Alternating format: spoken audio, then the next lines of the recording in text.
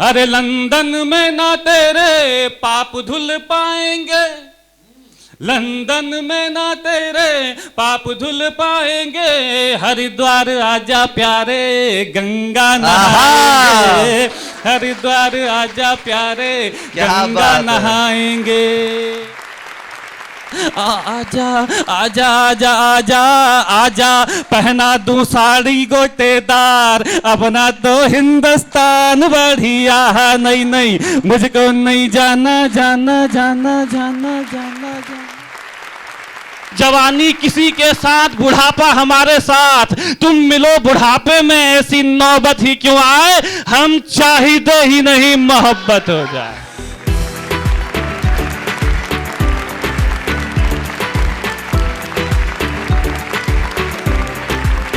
मोनिका जी को देख के आपको लगता होगा, उन कविताएं सुनकर देख के लगता होगा कि मोहब्बत करनी चाहिए, पर भाई मोहन को सुनकर देख के लगा कि मोहब्बत क्यों नहीं करनी चाहिए। तो मैं इस क्रम को ख़त्म समाप्त करता हूँ। मैं शायद इसके बाद मेरा ही काव्य पाठ रहेगा, पर मैं आपकी बहुत ज़ोरदार तालियों के बीच, बाकी तालियां वो खुद बजवा लेंगे, एक बार मेरे कहने से भाई मोहन मुंतज़िर की तालियां, बहुत दूर से कहीं आए हैं। मैं कोई भूमिका नहीं बनाऊंगा, मैं कोई भूमिका नहीं बनाऊंगा, और अगली उनकी विदाई की तालियां बताएंगे कि मैंने उनकी भूमिका क्यों नहीं बनाई है। भाई मोहन मुंतज़िर, मंच आपका है। आभार व्यक्त करता हूं आदरणीय भटनागर जी का, प्रणाम करता हूं आपको।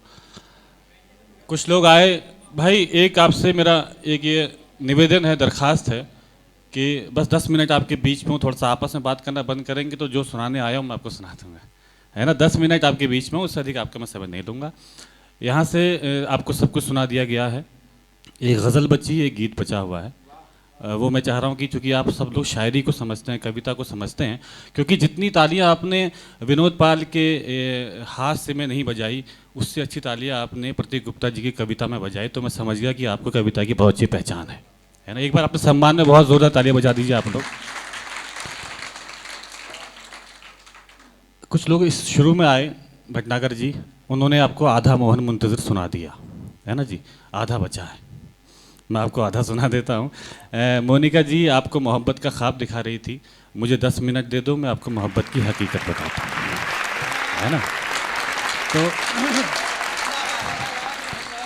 जहाँ से शुरू कर रहा हूँ मेरे भाई, ये 4 पंक्तियाँ ये समझ लीजिए कि इस वक्त माइक पर मोहन मुंतज़िर नहीं खड़ा, आदरणीय आलोक भटनागर जी खड़े हुए हैं, ठीक है। ये 4 पंक्तियाँ मैं आपको सुना रहा हूँ, तालियाँ आप आदरणीय भटनागर जी के लिए बजाइएगा, अगर हो सके तो जीवन में 4 पंक्तियाँ आप उतारिएगा, ठीक। सुनिए, यहाँ शुरू करते हैं, बस ज़ोरदार तालियों से मुझे बता दीजिए कि मैं शुरू होता हूँ।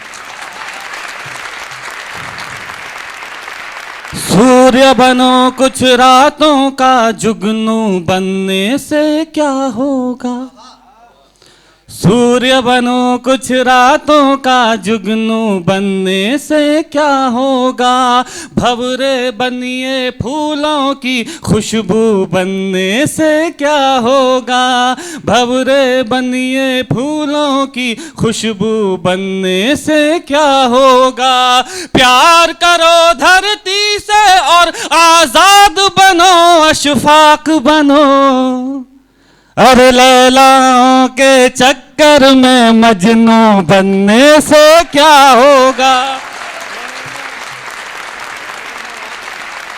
क्या सैल्यूट करता हूँ आपको यार, क्या सुनते हैं आप, क्या बात है, क्या बात है। ये इंस्टीट्यूट है, ये कॉलेज है, यहाँ पे तो सभी खुददार लड़के पढ़ते हैं साहब। असल में क्या होता है मित्र, भी आपको बहुत मोहब्बत के पाठ पढ़ाए गए। एक बात अपनी जीवन में याद रखिएगा कि आपके माँ बाप आपको कॉलेज में पढ़ाने के लिए भेजते हैं, नैन लड़ाने के लिए नहीं भेजते हैं। 4 पंक्तियों और निवेदन करता हूँ, एक परिवार की डेफिनेशन मैं आपको बताता हूँ, ठीक सुनिए। अरे बाबूजी से अच्छा कोई यार नहीं हो सकता है, बाबूजी से अच्छा कोई यार नहीं हो सकता है, भाई बहन से बेहतर रिश्तेदार नहीं हो सकता है, भाई बहन से बेहतर रिश्तेदार नहीं हो सकता है, माँ से बढ़कर इस दुनिया में केवल माँ ही होती है, अरे माँ से बढ़कर और किसी का प्यार नहीं हो सकता है, माँ से बढ़कर। बहुत आभार, बहुत आभार। इस भटनागर जी, इस दुनिया में दो तरह के लोग होते हैं। एक वो जो माँ के लिए कुछ भी कर सकते हैं, एक वो जो प्रेमिका के लिए कुछ भी कर सकते हैं, एक वो जो माँ के लिए जान छिड़कते हैं, एक वो जो प्रेमिका के लिए जान छिड़कते हैं, है ना। लेकिन साहब मैं उनमें से हूँ, बिल्कुल सुनाऊंगा, लेकिन साहब मैं उनमें से हूँ जो माँ के लिए जान छिड़कता हूँ। अब ये 4 पंक्तियाँ निवेदन करता हूँ, उसके बाद एक बहुत अच्छी कविता है मैं आपको सुनाना चाहता हूँ, जिसके लिए मेरे ख्याल से मुझे आदेश भी सुनेगा। हाँ पक्का, ठीक है ठीक, चलिए। यहाँ से विमल जी का आदेश है, तो मैं आपको एक बहुत अच्छा गीत उसके बाद आपको वो सुना देता हूँ, ठीक है। एक गीत सुनाता हूँ, यहाँ से सब कुछ हो चुका है। वो गीत में, चूँकि आपका समय बहुत है, कीमती बहुत है, तो एक गीत मैंने लिखा है साहब, ठेठ हिंदुस्तानी गीत। चूँकि ये इस कॉलेज में सभी देशभक्त लोग बैठे हुए हैं, तो मेरा मन है कि एक हिंदुस्तानी गीत आपको मैं सुना दूँ। देखिए जी, अधिकतर लोगों के जीवन में एक बार विदेश में रहने का अवसर आता है, उस अधिकतर में से अधिकतर लोग उस अवसर को भुना भी लेते हैं। लेकिन साहब कुछ होते हैं ठेठ हिंदुस्तानी, उनके पास जब ये अवसर आता है तो वो क्या कहते हैं। मेरे पास जब विदेश में रहने का अवसर आया तो मैंने क्या कहा। यहाँ से गीत पढ़ता हूँ साहब, हिंदुस्तानी बन के सुनेगा। देखिए एक बात मैं निवेदन कर दूँ कि मेरा किसी भी पार्टी से कोई भी जायज़ या नाजायज़ संबंध नहीं है। ना मैं बीजेपी का आदमी हूँ, ना मैं कांग्रेस का आदमी हूँ, ना मैं सपा का आदमी, ना बसपा का आदमी हूँ। मेरी तो शादी भी नहीं हुई है, मैं तो किसी औरत का भी आदमी नहीं हूँ। एक निष्पक्ष गीत सुनाता हूँ, हिंदुस्तानी बनकर सुना रहा हूँ, हिंदुस्तानी बनकर सुनना। जब मेरे पास विदेश में रहने का अवसर आया तो मैंने क्या कहा, सुनेगा। नहीं नहीं नहीं नहीं नहीं नहीं नहीं नहीं नहीं नहीं नहीं नहीं, मुझको नहीं जाना उस पार, नहीं नहीं मुझको नहीं जाना उस पार, अपना तो हिंदुस्तान बढ़िया। नहीं नहीं मुझको नहीं जाना उस पार, अपना तो हिंदुस्तान बढ़िया। वहाँ गोरों की होगी सरकार, अपना तो हिंदुस्तान बढ़िया। नहीं नहीं मुझको नहीं जाना जाना जाना जाना जाना जाना जाना जाना जाना जाना। एक बात मैं निवेदन कर दूं आप सभी के चरणों में कि सब हम कवियों के पास कोई वाद्य यंत्र नहीं होता, आपकी ताली हमारे लिए वाद्य यंत्र का काम करती है। हम कभी जब आपसे ताली बजाने के लिए कहते हैं तो इसलिए नहीं कहते कि हमारी कविता अच्छी है कि हमारी कविता बुरी है। हम आपसे ताली बजाने के लिए इसलिए कहते हैं कि जब आप ताली बजाते हैं तो उस वक्त हम कभी लोग सांस ले लेते हैं, तो हमें भी सांस लेनी होती है साहब। जब मैं आपसे कहूँ ना, जब मैं आपसे कहूँ कि मुझको नहीं जाना जाना जाना जाना जाना जाना जाना, इस वक्त आप ताली बजाइएगा। क्योंकि अगर आपने उस वक्त ये ताली नहीं बजाई तो कहीं ऐसा ना हो कि मैं ये कहूँ कि मुझको नहीं जाना जाना जाना जाना और मैं चला जाऊँ, तो क्यों एक कवि की हत्या का पाप ले रहे हैं, है ना। तो यहाँ शुरू करते हैं। मुझको नहीं जाना जाना जाना जाना जाना जाना जाना जाना जाना। बहुत आभार। अब सुनिए साहब, विदेश में रहने के कुछ प्रमुख लालच होते हैं, कुछ प्रमुख लालच होते हैं। उनमें से जो प्रमुख लालच होता है वह साहब कि आपके ग्रीन कार्ड का लालच। ग्रीन कार्ड समझते हैं आप सभी लोग। ग्रीन कार्ड साहब वो होता है कि जब इस ग्रीन कार्ड के मिलने से आपको उस मतलब विदेश में रहने का अधिकार मिल जाता है। यानी कि इस ग्रीन कार्ड के लिए को प्राप्त करने के लिए आपको किसी विदेशी महिला से आपको शादी करनी पड़ती है। लेकिन साहब एक बात मैं आपको और बता दूं कि विदेशी महिलाएं, वो गोरी मैम अक्सर उस ग्रीन कार्ड को बेचने के लिए हिंदुस्तान में ही आती हैं। इस बात से ये सिद्ध होता है कि पूरे ब्रह्मांड में अगर पुरुषों की कहीं खूबसूरत प्रजाति पाई जाती है तो वो हिंदुस्तान में ही पाई जाती है। लेकिन साहब कुछ होते हैं ठेठ आधार कार्ड वाले। आधार कार्ड सबके पास है। वो जब गोरी मैम ग्रीन कार्ड लेकर मेरे पास आई तब मैंने क्या कहा, निवेदन करता हूँ, गीत का आनंद लेना यहाँ से सुनिए। अरे मुझको नहीं कोई भी ग्रीन कार्ड चाहिए, मुझको नहीं कोई भी ग्रीन कार्ड चाहिए, आधार से तुमको घर जुड़ना हो आइए, आधार से तुमको घर जुड़ना हो आइए। आजा आजा आजा आजा आजा आजा, पहना दूं साड़ी गोटेदार, अपना तो हिंदुस्तान बढ़िया। नहीं नहीं मुझको नहीं जाना जाना जाना जाना जाना जाना जाना जाना जाना जाना जाना। बहुत शुक्रिया। दूसरा कारण साहब विदेश में रहने का क्या होता है कि जब हमारे पास पैसों की कमी होती है तब हम विदेश की तरफ भागते हैं। लेकिन एक बात मैं आप सबको बता दूं हिंदुस्तान के अच्छे लोगों कि जो चीज़ इस हिंदुस्तान में मिलती है ना वो कि पूरी दुनिया में नहीं मिलती है, और वह संबंध व्यवहार। अब यहाँ से गीत का अगला बंद सुनिएगा, सुनिए। अरे जेब में पैसे ना हो फिर भी बच्चे पलते हैं, जेब में पैसे ना हो फिर भी बच्चे पलते हैं, बनिए की कॉपी में 2-4 खाते चलते हैं, बनिए की कॉपी में 2-4 खाते चलते हैं, वहाँ देगा ना कोई भी उधार, अपना तो हिंदुस्तान बढ़िया।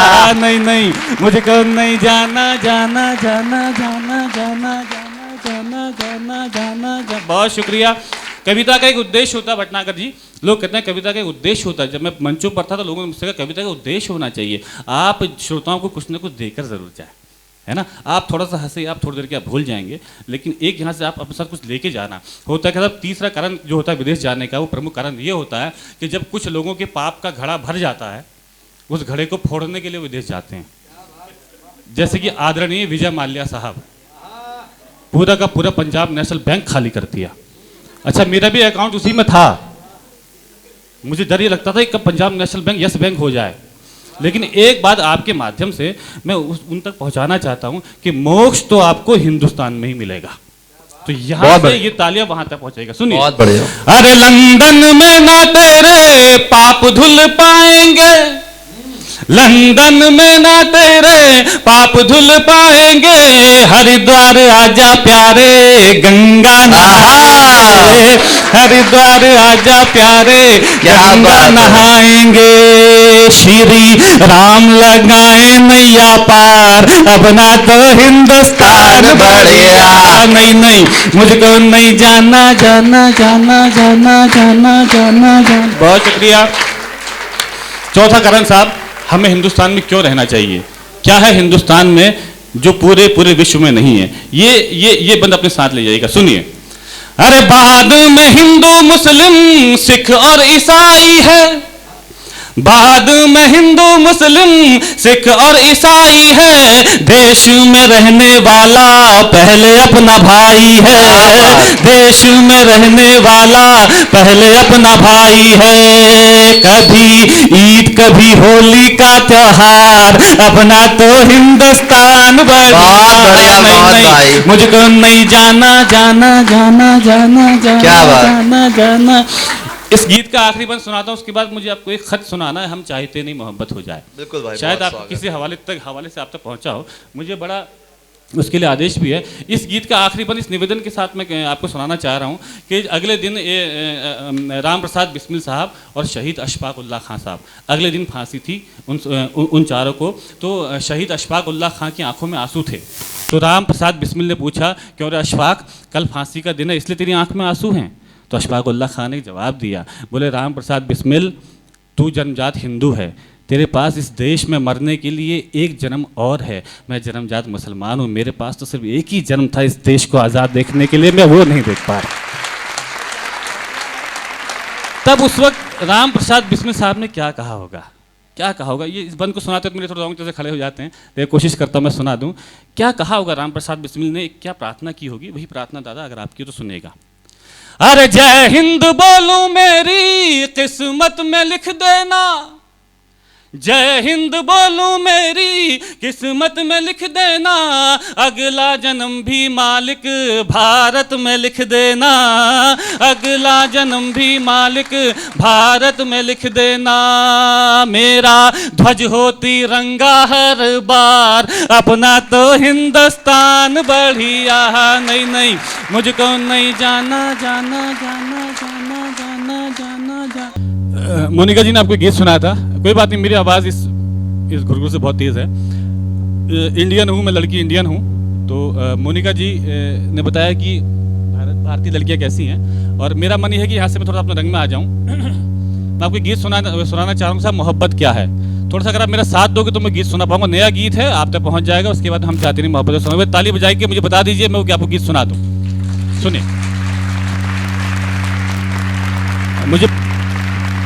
मुझे मालूम है कि आपका समय, चूँकि मुझे जितना समय दिया गया मुझे उतना पढ़ना ही पड़ेगा, ये मेरी भी मजबूरी है। और आपकी चूँकि बस यहाँ पे उसका समय नहीं हुआ तो आपको सुनना पड़ेगा, ये भी आपकी मजबूरी है। चलिए,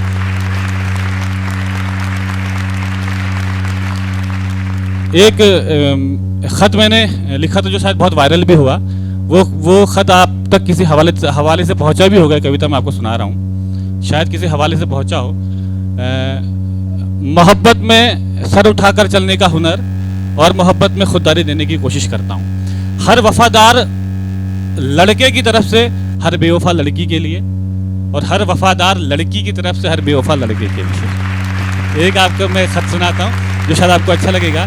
दादा, मेरे कॉलेज का पहला दिन था और मुझे उस कॉलेज की सबसे खूबसूरत लड़की से प्यार हो गया, और मजे की बात तो ये थी कि उसी लड़की से कॉलेज के सारे लड़कों को प्यार हो गया। ये एकदम सत्य घटना मैं आपको बता रहा हूं, सत्य घटना है ना। उन आधे लड़कों में से आधे लड़के जिन्होंने अपने दिल की बात कह दी, उन आधे लड़कों में से आधे लड़के जो अपने दिल की बात नहीं कह पाए, वो पढ़ लिखकर डॉक्टर बन गए, इंजीनियर बन गए, कलेक्टर बन गए, मिनिस्टर बन गए। और वो आधे लड़के जिन्होंने अपने दिल की बात कह दी, जिनमें से मैं भी था, वो या तो शायर बन गए या फिर मुशायरा या कभी सुनने वाले श्रोता। अब साहब, उस वक्त मुझे गुस्सा आया, बहुत तेज गुस्सा आया, तो मैंने उस गुस्से को एक खत में, एक चिट्ठी में तब्दील कर दिया। आप भी आपको गुस्सा आया तो उसको तालियों में तब्दील कर दीजिएगा। शुरू करता हूं।